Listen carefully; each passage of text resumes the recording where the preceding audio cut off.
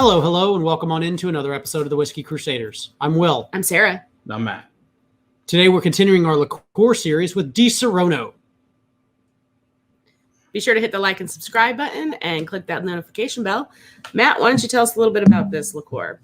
All right, here we go. This beautiful Disaronno Originale, which used to be known as Amaretto di Saronno, but they changed their name in 2001, so they would be the only one that says this. Doesn't say Amaretto on the bottle anymore to be fancy. But no, it's because it's the original one, founded in 1525. So this freaking thing has been around for almost 500 years, which is insane. From Sarrano, Italy, which is Lombardy region of Italy, where there's a church that commissioned to have a fresco built in Sarrano, Italy, which was done by Bernardino Luini, who is a pupil of Leonardo Da Vinci. There's some more freaking Italian names here. And so there was a beautiful Virgin. He needed to paint the Virgin Mary because that's what the church was going to be for, and up on the altar. And so he needed a muse. So there was an innkeeper, and she was a widow. She was a very beautiful woman, and she was his muse that he used to make the Madonna.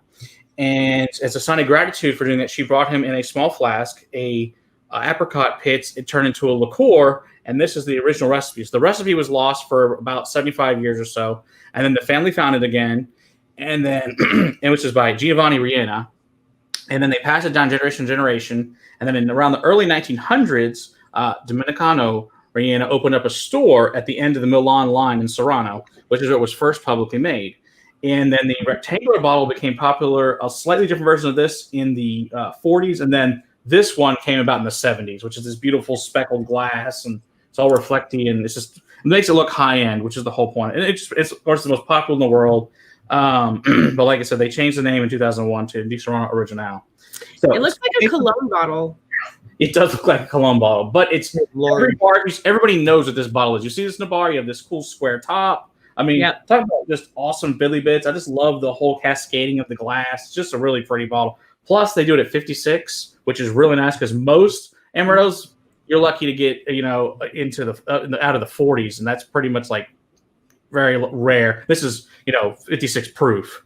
We're talking 40%, 28% compared to 20, which is a big difference. So basically, it's made up of an infusion of apricot pits, alcohol, burnt sugar, and an essence of 17 herbs and fruits. But yeah, this is like my very first go-to. This was the very first bottle I bought with my dad when I was, like 17, 18. Because, in Texas, you can go to the liquor store and buy stuff with your parents, which we then proceeded to a college party the day after we had project graduation, which also went with 5 other bottles of various spirits. Project graduation. Hey, we'll give you $100 to stay overnight in the gym. Sign me up. Next day, we took the $100 and went to the liquor store.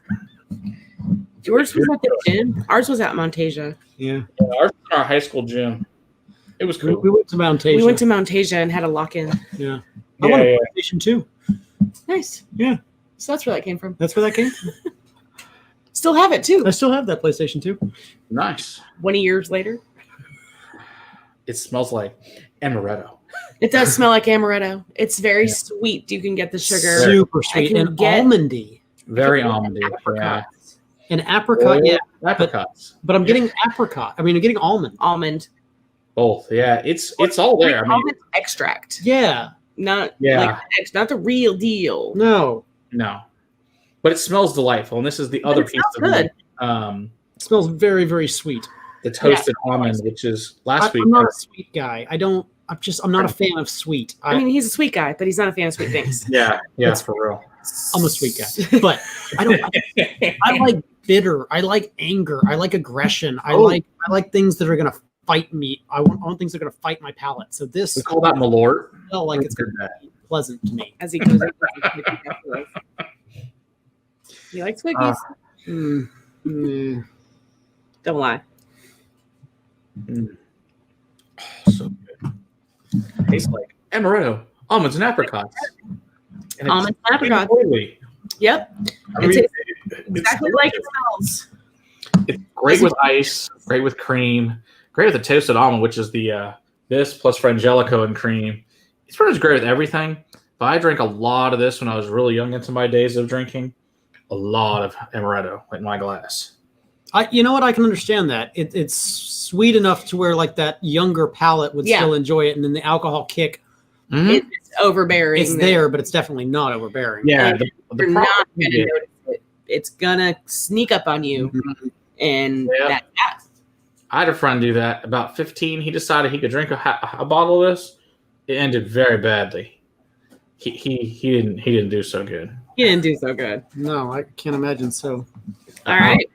So yeah, this is delicious. And compared to other amarettos, they're nowhere near as good as this one. I found they're really thin, and the mouth is not as good. Yeah, this is very viscous.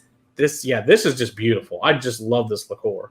Like I said, I spent a lot of time on this. This is my favorites, and this is an older bottling. Surprise, surprise! My liqueurs are old. I have a lot more whiskey now. Still have like 200 something liqueurs, but still. Yeah. All right. Don't forget to hit that like and subscribe button and hit that notification bell. And until next time, keep on crusading for better liquids in your glass. Cheers.